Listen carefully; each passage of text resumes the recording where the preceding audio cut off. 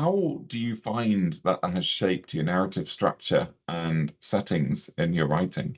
I sometimes find it difficult to analyze myself because it's just one big knitted monster that's where all the strains come together. But I think I am very visual in that often a story will come from an image that I have.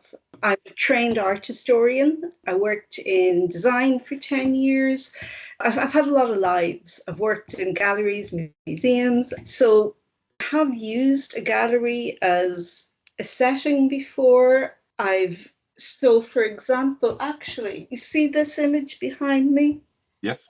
That's drawn from a project that I did with students where we did a 24-hour project with art students from two institutions where we spent the night in a haunted castle doing photography, recording sound, etc.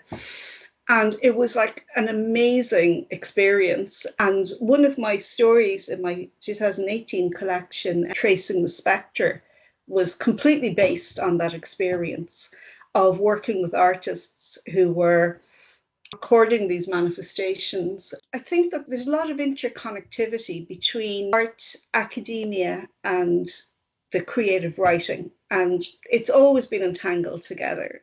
This is 15 years of deep entanglement since I started creative writing, which became a way to express the interconnectedness of all things horror and terror. I would describe myself as multidisciplinary. I've helped run death cafes, I've organised Gothic conferences, I've directed site-specific performances to do with hauntings, and I find that every activity that I engage in like that tends to echo in my creative writing. I don't do it for that reason. I do it because I love it and it sounds fantastic. Every convention or conference I go to, I come out of with, oh my God, you need to do something with this person because they're investigating this very interesting area. I actually made a promise just last week. We're going to co-organise a symposium and it's going to be on and bodies and stuff has now become our hilarious kind of tag for what we want to do.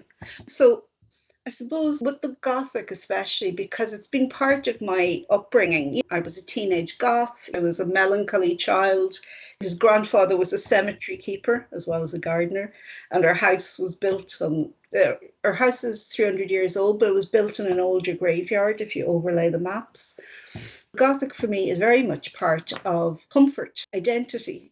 And I have a paradoxical relationship where it's both a source of terror and a source of comfort.